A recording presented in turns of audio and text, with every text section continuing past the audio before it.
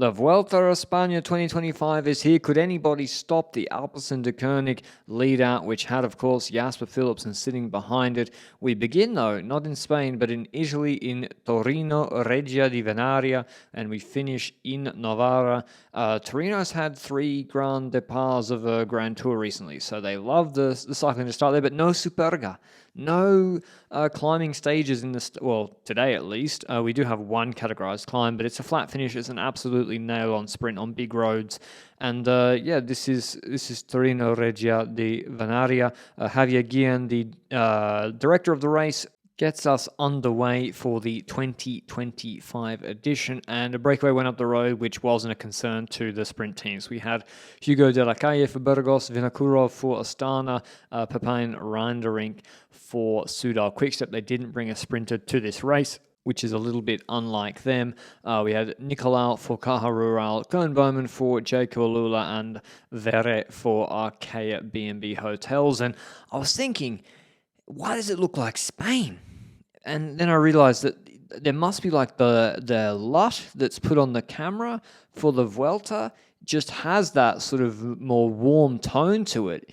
Because normally the Tirreno footage looks more blue, and we are in Italy, not in Spain. But Vingegaard's having a chin wag to Mikkel Bjerg, his Danish compatriot. So basically for UAE and Visma, with the 2 favourites of the race, Almeida and Vingegaard, a pretty chill day. And it's just not as stressful as the Tour de France. It's just wider roads. I know we'll get that in Spain as well, but it's just wider roads, not punchy hills.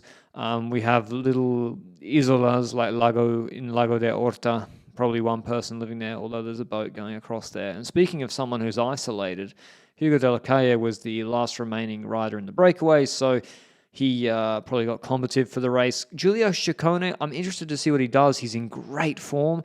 He says he's going to go for stages in KOM, but I'm not sure I believe him. We'll see tomorrow. I mean, tomorrow he'll go for it probably from the GC group. But 20Ks to go, the GC teams start to get into a bit more of a serious position to go through some roundabouts in town.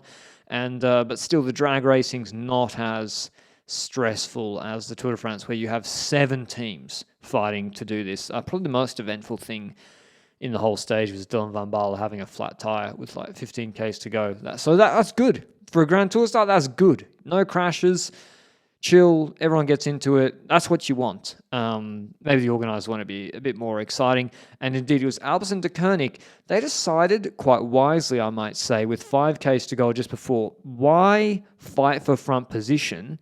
And you see Riesbeck, Rickard, and Philipsen just a bit back. Why fight for front position against a GC team who's going to pull off when they go through 3Ks to go? They're not going to fight you all the way to the line, and then there'll be free space to go to the front. So just slot in behind Visma, get a free ride more or less, although they do shade one side of Visma with 3Ks to go because they're probably expecting Visma to go to one side. Jay Vine, I don't know why more riders don't do this. He and Leonard Kamner are one of the only 2 riders that consistently do this. If you're not going for GC, if you want to go in the break and you want to win uphill stages, lose time on purpose, Jay Vine, he's the smart one for doing it. I don't know why more riders don't do it. 2.8Ks to go through the last roundabout, and Vingegaard quite wisely decides, fue un placer, señores, yo me quedo por aquí.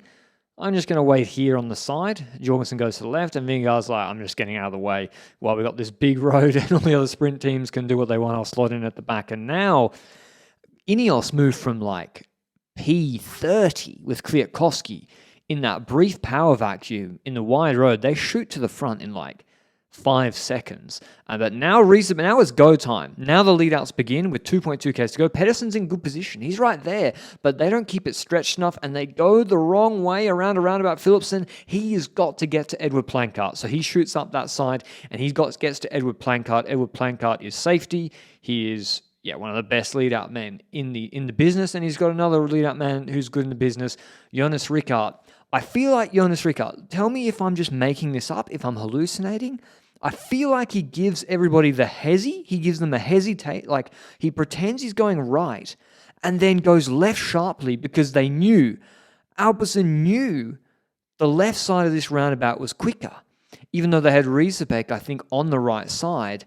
And then he like drops the wheel almost because he's, got his teammates in front. And now Rickard, Danhola, he's lost Pedersen, who went the wrong way around the roundabout. Danhola's looking for Pedersen. Rickard, he knows the number one name of the game is when you're in front, do the bare minimum to stay in front. Don't just launch it to feel good about yourself and then leave your sprinter on the front isolated. So he lets another lead out come across. He lets Israel go to the front with Lotto. He loses a few positions and then slots in about 5th or 6th wheel with 100 meters just before the Flamme Rouge. And now they're in perfect position. They've got a small unit. They don't have the huge lead-out train they might have had at the Tour de France. They've just mainly got Riesebeck and Rickard, Plancard, and Philipsen, although, Bayer does a bit of setup work.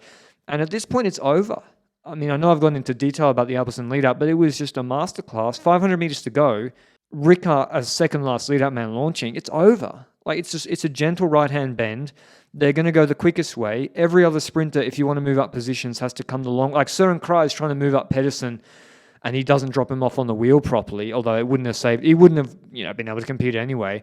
Plancard goes at 300. He's got to drop Philipsen off. I mean, he can do 150 meters in his sleep, and Vernon tries to get the jump, but Plancard delivered Philipsen around the bend at speed, and that's it. That's all she wrote. With no Merlier, no Milan, none of their lead-outs here, that's a wrap. This was really, a masterclass from Alpecin. They hit the key roundabout with under 2Ks to go on the right side. Or well, it was on the left side, but the correct side. They slotted in. Rickard didn't panic and go to the front too early. He slotted in onto the IPT lead out, and then he delivered him and Plancard, and then, Philipsen wins going away to take his second Grand Tour Leaders jersey this year after winning Stage 1 of the Tour de France. Ahead of Vernon, Allard 3rd, Viviani 4th, Garcia Cortina 5th.